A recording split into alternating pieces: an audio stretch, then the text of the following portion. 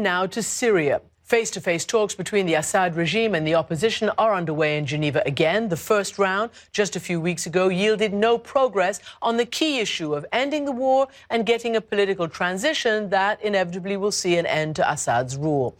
But the talks did produce a very shaky ceasefire in Homs, allowing humanitarian agencies to evacuate civilians. And it's also supposed to allow food and medical assistance into that desperate and besieged city. No small feat, according to the UN negotiator Lakhdar Brahimi. Homs can be called a success that has been 6 months in the making, 6 long months. So the UN World Food Programme is leading the effort to get that aid in, and the group's director for Syria, Matthew Hollingworth, is in Homs right now, and he joins me on the phone. Matthew Hollingworth, thank you very much for joining me from Homs. Can you clear up a little bit of confusion for us? Is the humanitarian assistance into Homs suspended?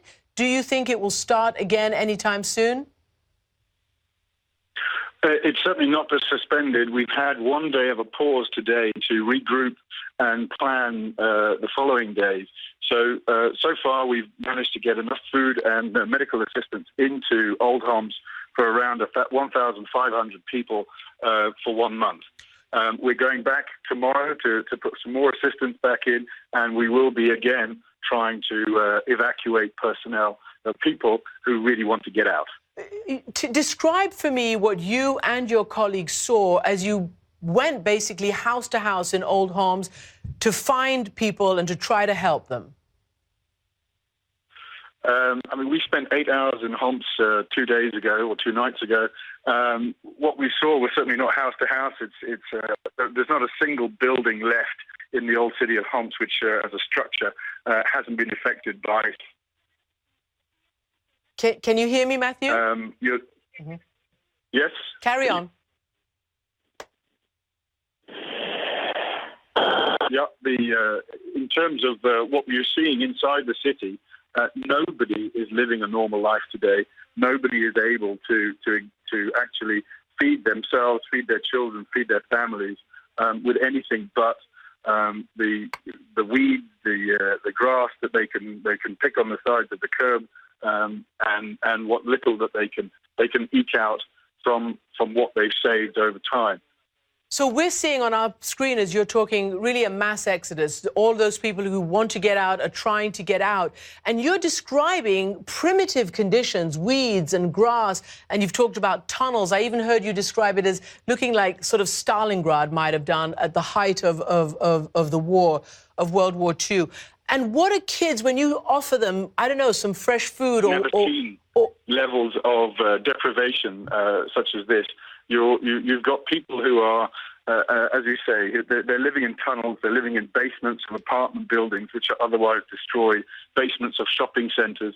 You're talking about the old city, the centre of this town, where people are continuing to live after what has been a horrific war that has cost people their normal lives, and they have been barely existing. So you described getting enough food in for 1,500 people for about a month. How many people are you trying to reach? And are you convinced that the Syrians will allow you to keep sending food in? We are certainly hopeful that the Syrian government and the opposition forces inside Old Homs will continue to allow us to do our work in terms of both getting people out and getting food assistance into those that won't leave. There are people that don't want to leave. There are people who are so attached to their ancestral homes, to what they do have inside. They just don't want to go, and they're in desperate need of our assistance. What we have seen so far is more or less an openness to allow us to continue this work over the coming days.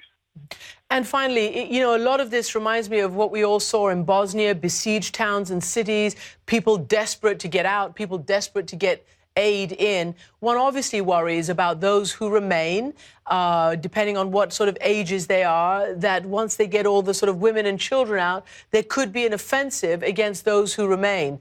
Does that go through your mind? And do you believe there are any guarantees that those people who stay will be safe? Sadly, I don't think there are any guarantees in that sense, but I hope, and we are somewhat hopeful, that given the success of this mission, first of all, to prove the numbers of civilians that are and have been existing in Old Homs all this time, and the fact that many people are willing, and many young men are willing to come out and leave the situation, leave Old Homs behind, that we're looking at the beginning of something that could be replicated elsewhere in Syria. We're looking at something that could actually be replicated to bring peace to normal people's lives.